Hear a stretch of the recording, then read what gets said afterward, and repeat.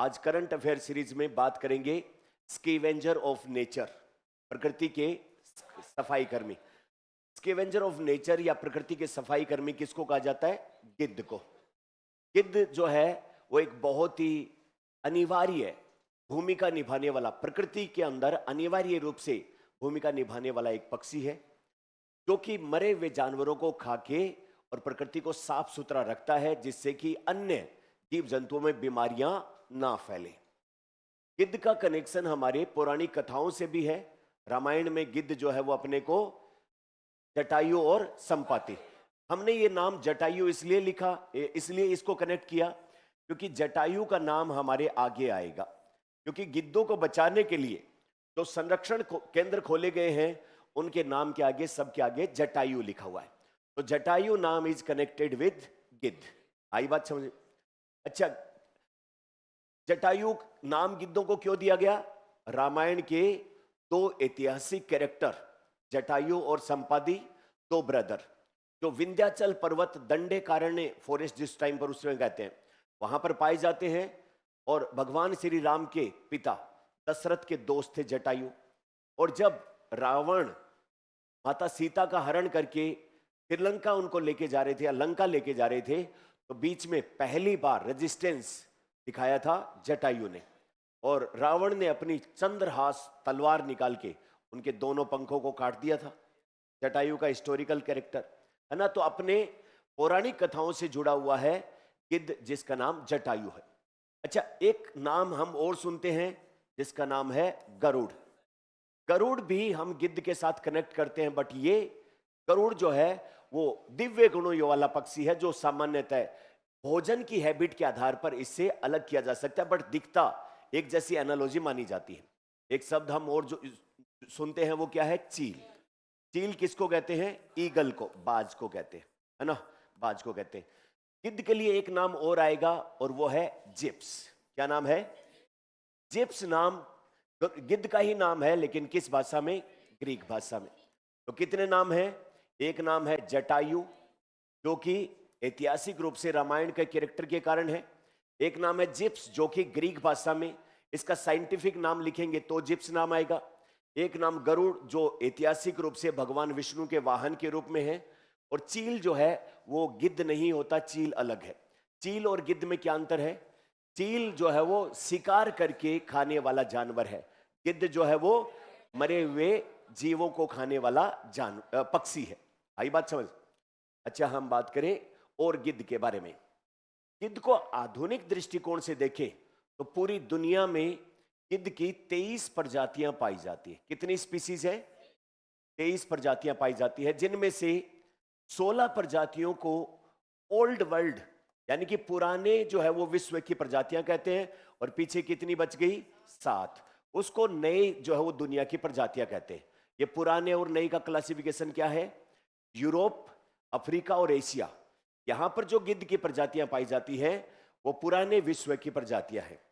जो साउथ और north America की जो प्रजातियां हैं उनको कहते हैं नए विश्व की प्रजातियां। तो टोटल 23 प्रजातियां हैं गिद्धों की जो है वो पूरी दुनिया में। आश्चर्यजनक रूप से आपको एक और फैक्ट बताऊं, ऑस्ट्रेलिया में और द्वीपीय देश हैं उनमें गिद्ध जो है वो सामान्यतः नहीं पाए जाते हैं। तो इसका मतलब गिद्ध कहां कहां? नॉर्थ अमेरिका, साउथ अमेरिका, वहां पर गिद्ध की प्रजातियों को क्या कहते हैं? न्यू वर्ल्ड जो है वो स्पीसीज।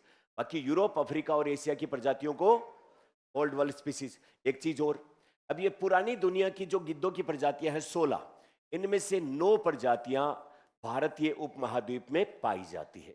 तो टोटल इंडिया सब कॉन्टिनेंट जब हम कहते हैं तो इसका मतलब पाकिस्तान, इंडिया, नेपाल, बांग्लादेश, ये वाला रीजन जो है इसको अंदर टोटल गिद्धों की कितनी प्रजातियां? 9। पूरे विश्व में कितनी? 23। और पुरानी दुनिया के 16 और नई दुनिया के 7। वेरी गुड, है ना। अब ये जो गिद्ध है, इस गिद्ध के बारे में इतना इंट्रोडक्शन जानने के बाद इसको प्रकृति का सफाई कर्मी क्यों कहा गया?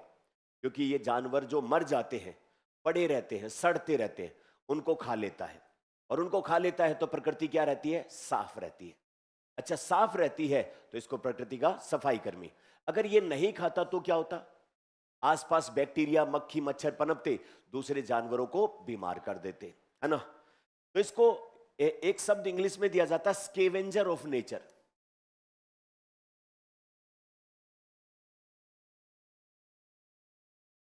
इंग्लिश में इसको स्केवेंजर ऑफ नेचर, हिंदी में प्रकृति के सफाई कर्मी, या फिर इसको हिंदी में कहते हैं अपमार्जक। अच्छा, अपमार्जक नाम डिटर्जेंट के लिए नहीं लिया जाता क्या? और डिटर्जेंट का काम क्या है? सफाई करना, इसलिए इसको अपमार्जक भी कहते हैं, मरे हुए जानवरों को खाने वाला। आई बात समझ? अब ये जो है वो पाया कहां जाता है, इसका काम अपन ने देख लिया। अब इसकी संख्या कम हो रही है। क्यों कम हो रही है? विभिन्न कारणों से। क्या कारण है जिनकी वजह से गिद्धों की संख्या कम हो रही है? तो वो कारण है विभिन्न प्रकार के। जैसे एक तो अपन ने बायो मैग्निफिकेशन पढ़ा था, जैव आवर्धन, और उसका क्या कारण देखा था कि डाइक्लोफेनेक सोडियम एक दर्द निवारक दवाई है, वो हम मवेशियों को देते हैं और वो मवेशियों को ठीक कर देती है, बुखार बुखार सब। जब मवेशियां मर जाती हैं तो डाइक्लोफेनेक सोडियम उनके शरीर में ही रहती है, उनके शरीर से बाहर, और उस मरे हुए मवेशी को हम बाहर जंगलों में छोड़ देते हैं। तो मवेशी को खाने के लिए कौन आते थे? गिद्ध। और मवेशियों के शरीर में जो डाइक्लोफेनेक सोडियम था वो उनके मांस के थ्रू किस में चली जाएगी? गिद्ध में। और गिद्ध का कैल्शियम मेटाबॉलिज्म डिस्टर्ब हो गया, जिससे उनके अंडे कमजोर बने और गिद्धों की संख्या में तेजी से कमी आई। अगर एग्जाम में अपने सामने आता है तो गिद्धों के जैव आवर्धन के पीछे किसकी भूमिका? Diclofenac sodium. लेकिन दो दवाओं के और भी नाम लिख सकते हैं, पहला केटोप्रोफेन और दूसरा एसाइक्लोफेनाक।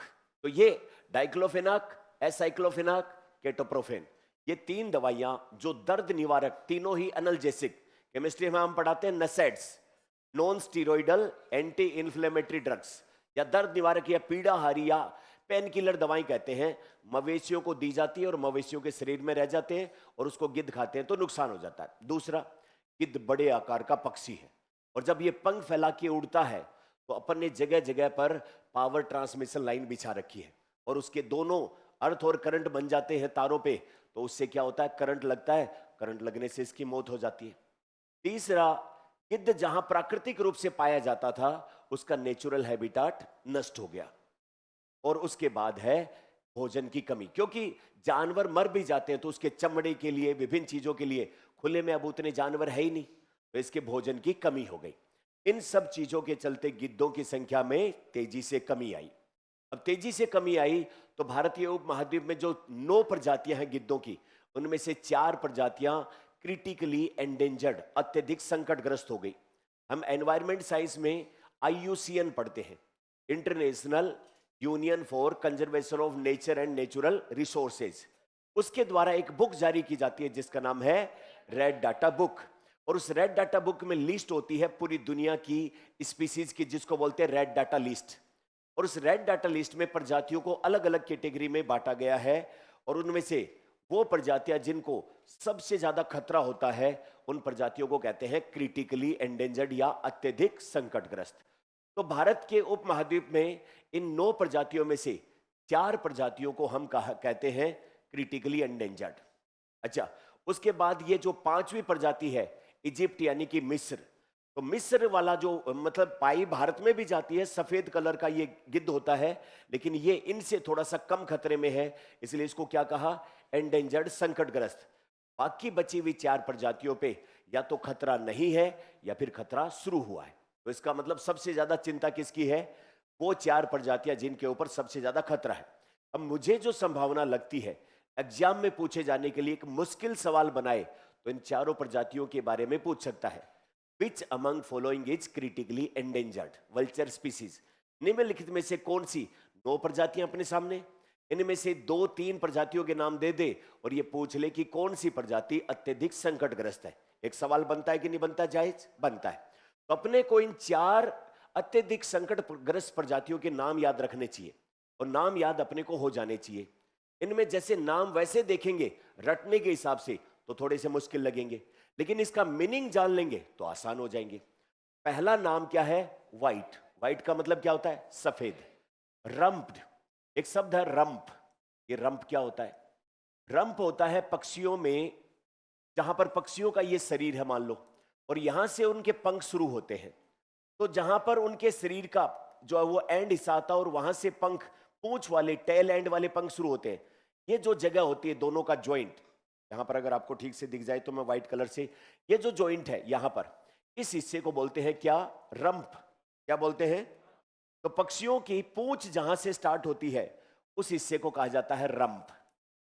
अच्छा, इस रंप वाली जगह पर रंग बिरंगे पंख पाए जाते हैं अलग अलग पक्षियों में, और पक्षियों के वर्गीकरण का आधार है रंप, है ना। तो पक्षियों का शरीर का लास्ट हिस्सा जहां पर पूंछ वाले पंख उगते हैं उस हिस्से का क्या नाम होता है? रंप।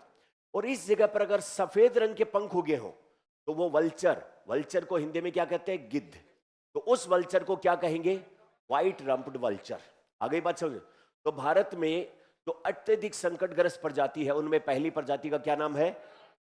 या यूं कहे सफेद पीठ वाला गिद्ध, यानी कि जिसके पीठ के ऊपर जहां लास्ट एंड है, जहां से पूंछ शुरू हो जाती है, वहां पर सफेद कलर के पंख पाए जाते हैं, तो उसको क्या कहते हैं? सफेद पीठ वाला गिद्ध। आगे बात समझ? कहां पाया जाता है ये पाया जाता है हिमाचल प्रदेश में। हिमाचल प्रदेश में सफेद रंग की ठंड पड़ती है। कहां पर? कांगड़ा घाटी। नाम सुने कांगड़ा घाटी? तो वहां पर पाया जाने वाला गिद्ध है व्हाइट रंप्ड, जो है वो वल्चर। याद रह जाएगा, आसान हो गया काफी। दूसरा है इंडियन वल्चर, ये तो नाम याद होना ही चाहिए, भारत में भारत का वल्चर। ये कहां पाया जाता है? अपने को इसलिए भी याद रखना चाहिए कि सबसे ज्यादा ये एमपी और राजस्थान में पाया जाता है। राजस्थान में भी कहां पर? मुकुंदरा हिल्स वाले एरिया में सबसे ज्यादा संख्या है पूरे भारत में इसकी, तो अपने लिए इंपॉर्टेंट है। इसके अलावा तीसरा राज्य है महाराष्ट्र, वहां पर यह पाया जाता है। इसके बाद सिलेंडर बिल्ड वल्चर। अच्छा, पक्षियों में बिल्ड का मतलब या बिल का मतलब होता है चोंच, और चोंच के आधार पर भी पक्षियों का वर्गीकरण होता है। पक्षियों की अलग अलग प्रकार की चोंच जो है उनकी ईटिंग हैबिट को दर्शाती है। कोई लंबी चोंच वाला है, कोई पतली चोंच वाला है, कोई छोटी चोंच वाला है, कोई पेनी चोंच वाला है। अब मान लो कि अपना जो वुड कटर होता है, जिसको अपन कहते हैं पेड़ के अंदर कटफोड़ हुआ, उसकी चोंच मजबूत होती है। कई चिड़िया ऐसी दिखती है बिल्कुल पतली सुई जैसी, तो वो फूलों का नेक्टर चूसने के लिए है। कई बगुले जैसे बड़े पक्षी है, उनकी बड़ी बड़ी चोंच दिखती है, वो पूरी मछली खाने के लिए है। इसी प्रकार जो है वो छोटी चोंच वाले दाने चुगने के लिए। तो बिल शब्द यानी कि चोंच भी एक वर्गीकरण का आधार है पक्षियों में। तो यहां पर एक ऐसा वल्चर या गिद्ध जिसकी चोंच जो है वो थोड़ी सी बड़ी सिलेंडर जैसी गोल है। तो आई बात समझ में? तो सिलेंडर बिल्ड वल्चर, बिल का मतलब यहां पर क्या है? चोंच। ये कहां पाया जाता है? अपने असम के ऊपरी हिस्से में, अरुणाचल प्रदेश की साइड में। तो इसका प्रमुख स्थान कहां है? असम। और उसके बाद है रेड हेडेड। हेड का मतलब क्या होता है? सिर। जिसका सिर वाला हिस्सा कैसा है? लाल है। ये पाया जाता है एक्सक्लूसिवली एमपी में, मध्य प्रदेश में। तो मध्य प्रदेश में कितने प्रकार के वल्चर पाए जाते हैं? दो, एक तो इंडियन और एक रेड हेडेड। अब ये सफेद पीठ वाला कहां? ऊपर सफेद बर्फ के पास, हिमाचल प्रदेश में। और ये जो गोल सिलेंडर जैसी चोंच वाला है ये कहां? असम में। तो टोटल 4 प्रजातियों के नाम याद रह सकने की संभावनाएं है क्या? अब इनके सब के आगे नाम देखो, जिप्स आ रहे हैं कि नहीं आ रहे? जिप्स का मतलब क्या है? गिद्ध। ग्रीक भाषा में जिप्स को क्या कहते हैं? गिद्ध कहते हैं, है ना। तो पहला जिप्स है वो बंगालेंसिस, यानी कि ये वैज्ञानिक नाम है, याद रह जाए तो ठीक है, नहीं याद रहे तो भी कोई बात नहीं है, ये नाम याद रखने जरूरी है। तो पहला व्हाइट रंप्ड यानी कि हिमाचल प्रदेश, दूसरा इंडियन वल्चर यानी कि राजस्थान में सबसे ज्यादा पॉपुलेशन किसकी? राजस्थान में कहां पर? मुकुंदरा हिल्स के एरिया में। अच्छा, उसके अलावा ये कहां पाया जाता है? हमसे जुड़ा हुआ एमपी और महाराष्ट्र। ये सिलेंडर बिल्ड कहां पर? असम के ऊपरी हिस्सों में। रेड हेडेड वल्चर एमपी में, मध्य प्रदेश में पाया जाता है। इसके बाद इजिप्शियन वल्चर जो है वो संकटग्रस्त है, अत्यधिक संकटग्रस्त नहीं है। उसके बाद ग्रीफोन नाम आया है।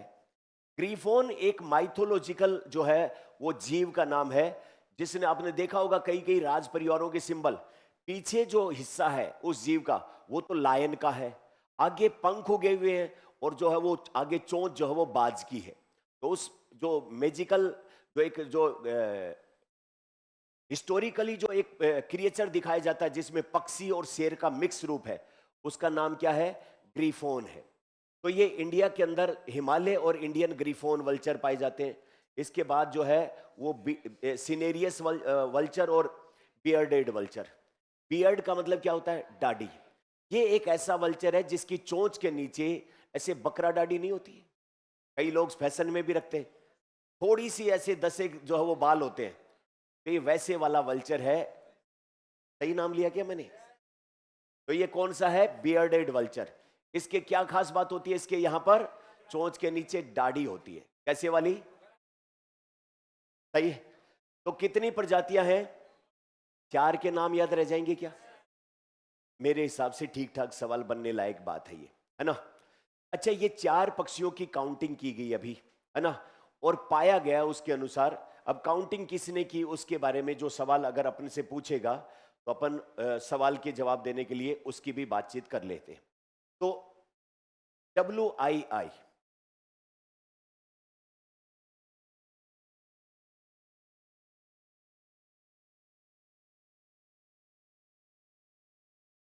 क्या नाम है? भारतीय वन्य जीव संस्थान, wild life institute of India. कहां पर है ये? देहरादून में।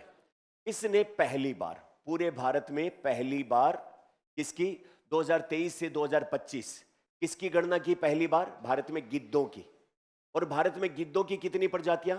9 प्रजातियां पाई जाती है। अच्छा, इसमें से 4 प्रजातियां जिनका सबसे ज्यादा सर्वे इसने किया वो IUCN की रेड डाटा लिस्ट में किस रूप में है? क्रिटिकली एंडेंजर्ड के रूप में है। इनके नाम क्या है? व्हाइट रम्प्ड वल्चर कहां पाया जाता है? मुझे याद करके बताओ। हिमाचल प्रदेश कांगड़ा घाटी। दूसरा सिलेंडर बिल्ड कहां पाया जाता है? असम में। तीसरा इंडियन वल्चर 3 राज्य है, और रेड हेडेड वल्चर MP में। इन तीनों के सर्वे किए, है ना? अच्छा, इन चारों के ये जो जीव हैं इनके बारे में 2 चीजें और बात की जाए। कोई भी जीव को खतरा है या नहीं है उसको देखने के लिए अपने को 2 चीजें देखनी चाहिए। एक तो IUCN की रेड डाटा लिस्ट में उसका स्थान कहां है, वो एंडेंजर्ड है, क्रिटिकली एंडेंजर्ड है, जो कुछ है। दूसरा, अपने भारत में 1972 में वाइल्ड लाइफ प्रोटेक्शन एक्ट बना है कि नहीं बना है? उसके अंदर 4 अनुसूचियां हैं, 4 शेड्यूल हैं, जिनमें से शेड्यूल 1 और 2 में संकट में जो एनिमल है उनको रखा जाता है। और वाइल्ड लाइफ प्रोटेक्शन एक्ट की शेड्यूल 1 के अंदर वो सारी एनिमल रखे गए हैं जिनको सबसे ज्यादा खतरा है। और इनको जिनको सबसे ज्यादा खतरा है उसका कोई शिकार करेगा, नुकसान पहुंचाएगा, तो उस व्यक्ति को सजा के प्रावधान बहुत ही कड़े हैं। आ गई बात समझे? अब यहां पर एनिमल का नाम लिखा है तो पक्षी का नाम लिखा जा सकता है क्या? क्योंकि पक्षी किस में आते हैं? जंतु श्रेणी में ही तो आते हैं, एनिमल श्रेणी में ही तो आते हैं। तो ये जो चारों गिद्ध हैं ये रेड डाटा लिस्ट में तो कहां पर है? Critically endangered. और भारत के वन्य जीव संरक्षण अधिनियम 1972 की अनुसूची, इनको कोई भी नुकसान पहुंचाएगा तो उसको बहुत कठोर दंड मिलने वाला है। अब इसके 2-4 डाटा अपन देखें कि क्या निकल के आया सामने। तो इसमें डाटा में निकल के आया अपने सामने कि भारत के 17 राज्यों में 216 जगह पर जहां पर गिद्ध पाए जा सकते हैं वहां पर गिद्ध की उपस्थिति दर्ज की। भारत के कितने राज्यों में कितनी जगहों पर उपस्थिति? 16 राज्य, 216 जगहों पर उपस्थिति दर्ज की। लेकिन दुख की बात यह है कि पूरे भारत में जब सर्वे किया गया तो इस सर्वे के दौरान जहां पर ऐतिहासिक रूप से, परंपरागत रूप से 70% स्थान जहां गिद्ध पाए जाते थे वहां पर गिद्धों के घोंसले मिले ही नहीं। आ गई बात समझ? इस सर्वे में एक जोरदार बात निकल कर आई कि भारत में जितनी जगहों पर घोंसले पाए जाते हैं उसको 100% जगह मान लिया जाए, तो उसके 100% घोंसले जो पाए गए हैं उनमें से 63% जो घोंसले हैं उनका जो है वो हिस्सा कहां पर है? मध्य प्रदेश और राजस्थान। मतलब सबसे ज्यादा गिद्धों के पाए जाने वाले स्थान कहां पर मिले हैं? मध्य प्रदेश और राजस्थान। कितना प्रतिशत हिस्सा? ये 2 राज्य 63%, बाकी बचा हुआ देश एक तरफ। आई बात समझ? जिनमें से ये जो 63% घोंसले हैं इनका कोई प्राइवेट जगहों पर लोगों के खेतों में, घरों में नहीं। 60% हिस्सा कहां पर मिला? जो सरकार के द्वारा national park, wild life sanctuary, community conservation reserve declare किए गए हैं वहां पर पाया गया है। भारत के सभी दर्ज किए गए घोंसलों में से 54%, देखिए MP और राजस्थान में जो टोटल घोंसले पाए गए हैं उनको अगर 100% मान लिया जाए, देश के तो कितने प्रतिशत, 63%, इस 63% को 100% मान लिया जाए तो इस 100% में से 60% हिस्सा एमपी और राजस्थान में कहां, संरक्षित क्षेत्रों में है। अच्छा, पूरे देश में अगर बात की जाए तो राजस्थान एमपी में तो 60% है, पूरे देश में सिर्फ 54% संरक्षित क्षेत्रों में इनके घोंसले पाए गए हैं, है ना। तो ये 4 प्रजातियां जिनके बारे में हमने बात की कहां कहां पाई जाती है, इनका वर्णन अपन ने लिख रखा है साथ में, है ना। अच्छा, इसके बाद में एक चर्चा छिड़ गई कि ये इतने महत्वपूर्ण जो जीव हैं, इनको बचाने के लिए भी हम कुछ कर रहे हैं क्या? बिल्कुल कर रहे हैं। अपने देश में सन 1883 में एक बहुत ही पर्यावरण का संरक्षण करने वाला महत्वपूर्ण एनजीओ स्थापित हुआ था, जिसका नाम था बॉम्बे नेचुरल हिस्ट्री सोसाइटी। क्या नाम है? ये प्रकृति और बायोडायवर्सिटी दोनों के संरक्षण का कार्य करता है। तो बॉम्बे नेचुरल हिस्ट्री सोसाइटी के सहयोग से भारत के 4 राज्यों में गिद्धों के संरक्षण के केंद्र खोले गए हैं, जिनका नाम रखा गया है जटायु संरक्षण एवं प्रजनन केंद्र। क्या नाम रखा गया है? जटायु संरक्षण एवं प्रजनन केंद्र, शॉर्ट में क्या कहते हैं? जेसीबीसी। क्या नाम है? भारत के कितने जगहों पर जेसीबीसी है? 4 राज्यों में। इनमें से अगर बात करें तो सबसे पहला जेसीबीसी जटायु संरक्षण एवं प्रजनन केंद्र, Jatayu conservation and breeding centre, सबसे पहला खोला गया हरियाणा में। पिंजौर, जो पंचकुला जिला है हरियाणा का, उसमें एक जगह है पिंजौर। क्या नाम है? तो वो भारत का पहला गिद्धों का संरक्षण केंद्र या Jatayu conservation and breeding centre खोला गया, जो भारत का पहला जेसीबीसी है। ठीक है बात। एक जेसीबीसी है बंगाल में। बंगाल में जो जेसीबीसी है उसकी जगह का नाम है राजा भटखवा। अच्छा, एक है बंगाल के जस्ट ऊपर असम में। असम में जो जेसीबीसी है वो भारत का एकमात्र नॉर्थ ईस्ट में गिद्धों के संरक्षण का केंद्र है, और वो असम में कहां पर है? रानी जगह है असम में, वहां पर तो एकमात्र जटायु संरक्षण केंद्र है। तो कितने हो गए? 3। पहला हरियाणा में, कहां पर? पिंजौर में, भारत का पहला जटायु संरक्षण केंद्र। दूसरा पश्चिम बंगाल में, क्या नाम है? राजा भटखवा। तीसरा असम में, कहां पर? रानी में। तो नॉर्थ ईस्ट में भारत का एकमात्र। चौथा जो बचा है वो है एमपी भोपाल में। एमपी के अंदर जो है वो भोपाल के अंदर है, और वहां पर जो है वो इसका संरक्षण किया गया। तो टोटल चारों जो जेसीबीसी है वो राज्य सरकारों ने किसके सहयोग से खोले हैं?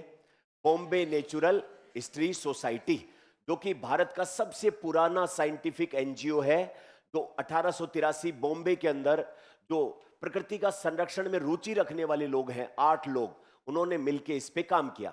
आपके एक सवाल भी आया हुआ बॉम्बे नेचुरल हिस्ट्री सोसाइटी से यूपीएससी में, और एक नाम आपने सुना होगा, डॉक्टर सलीम अली। कौन है ये? पक्षी जो है वो वैज्ञानिक है कि नहीं है? उनका संबंध भी इसी से ही रहा है, वो यही के वैज्ञानिक थे। डॉक्टर सलीम अली ने अपने ये जो केवलादेव घना में जो पक्षी अभ्यारण्य है उसको स्थापित करने में किसका योगदान है? डॉक्टर सलीम अली का योगदान है। डॉक्टर सलीम अली के नाम पर पूरे देश में नेशनल पार्क और वाइल्ड लाइफ सेंचुरी स्थापित की गई है। एक तो कश्मीर में सलीम अली नेशनल पार्क है, एक गोवा में जो वो वाइल्ड लाइफ सेंचुरी है, साइलेंट वैली केरल में को बचाने में इनका बहुत बड़ा योगदान है। तो ये भी किससे जुड़े हुए थे? Bombay natural history society of India से, जो 1883 में हुई है। अच्छा, अब आ जाते हैं राजस्थान में। राजस्थान में 2 फैक्ट इसके लिए महत्वपूर्ण है। सबसे पहला, अपने बीकानेर में जोड़बीड़, वहां पर गिद्धों के संरक्षण के लिए रिजर्व जो है वो डिक्लेयर किया गया है। दूसरा, एक संस्था है WWF, world wide fund for nature, उसके सहयोग से राजस्थान वन विभाग जो है वो अपना केवलादेव नेशनल पार्क भरतपुर और इसके पास बयाना की पहाड़ियां, यहां पर अगले 5 सालों के लिए गिद्धों के संरक्षण के स्थल सुरक्षित करने, उनके घोंसले बनाने, उनके भोजन की व्यवस्था करने के लिए प्रोजेक्ट चलने वाला है। गिद्धों के आश्रय स्थल के रूप में केवलादेव और बयाना वाला क्षेत्र जो है उसको गिद्धों के आश्रय स्थल के रूप में विकसित करने पर बातचीत चल रही है। आ गई बात समझ? अब सवाल कहां कहां बनते हैं इस पूरे टॉपिक से? पहला, भारतीय क्षेत्र में पाई जाने वाली 4 गिद्धों की क्रिटिकली एंडेंजर्ड स्पीसीज के नाम बताओ। पहला कौन सा? व्हाइट रंप वाला, कहां पाया जाता है? हिमाचल प्रदेश। दूसरा कौन सा? इंडियन वल्चर, कहां पाया जाता है? राजस्थान, एमपी। और तीसरा कौन सा? रेड हेड वाला कहां पाया जाता है? एमपी में पाया जाता है। और चौथा कौन सा? सिलेंडर बिल्ड वाला कहां पाया जाता है? असम में। इसके अलावा ये 4 तो हो गई क्रिटिकली एंडेंजर्ड। जो एंडेंजर्ड है, संकटग्रस्त है, वो कौन है? इजिप्ट वाला, मिस्र वाला गिद्ध। इजिप्शियन गिद्ध जो है वो क्या है? एंडेंजर्ड है। उसको खतरा तो है लेकिन इन 4 से कम है। कुल भारतीय महाद्वीप में पाई जाने वाली प्रजातियां गिद्धों की पूरे विश्व में, पुरानी दुनिया की, नई दुनिया की 7 पाई जाती है। सही है बात? इनको क्या कहते हैं? प्रकृति के सफाई कर्मी। क्यों कहते हैं? मरे हुए जानवरों को खा के प्रकृति को साफ करता है। इनकी कमी के कारण क्या है? डाइक्लोफेनेक सोडियम, एसाइक्लोफेनेक, या फिर जो है वो प्रोफेन दवाई है, उसका बायोमैग्निफिकेशन, जैवावर्धन, भोजन की कमी, प्राकृतिक आवासों का क्षरण और बिजली के तारों का करंट। इस वजह से गिद्धों की संख्या में कमी आई है और ये बहुत ही महत्वपूर्ण प्रजातियां हैं, इनको बचाए जाना जरूरी है। मिलते हैं किसी अगले ऐसे ही इंपॉर्टेंट टॉपिक के साथ में, है ना।